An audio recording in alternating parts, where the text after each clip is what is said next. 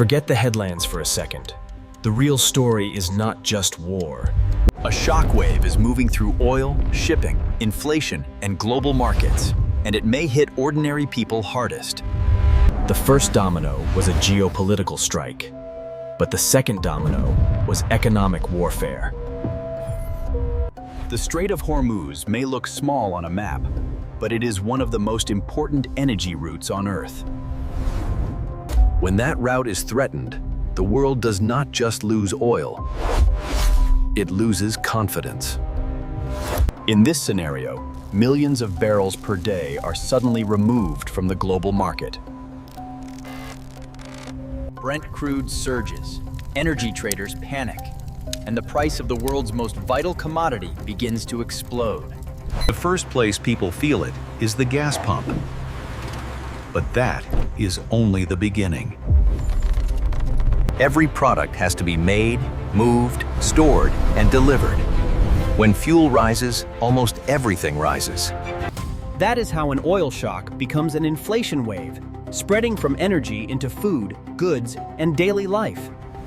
Asia is especially exposed because so much Gulf energy flows east through this narrow maritime corridor.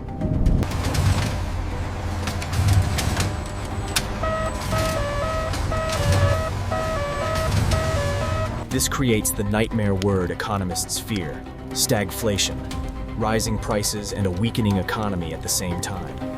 Central banks are trapped. Raise interest rates and they may crush growth. Wait too long and inflation spreads. Now the question changes. Leaders are no longer asking if a recession is possible. They are asking how bad it could get. Markets can feel the pressure.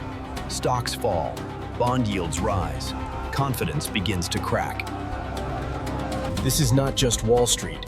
It affects pensions, savings, mortgages, businesses, and ordinary families. And Hormuz is not the only danger. The crisis spreads across multiple fronts at the same time. In the Red Sea, attacks on commercial shipping create another choke point for global trade.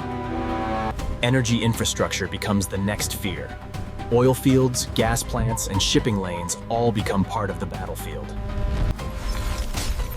The modern economy was built for speed and efficiency, but that also made it fragile. This is the chain. Conflict leads to blockade, blockade leads to oil shock leads to inflation, and inflation threatens growth. The real warning signal is not the speeches, it is the price of Brent crude. The world is not random. It is connected. And once one choke point breaks, the entire system can start to shake.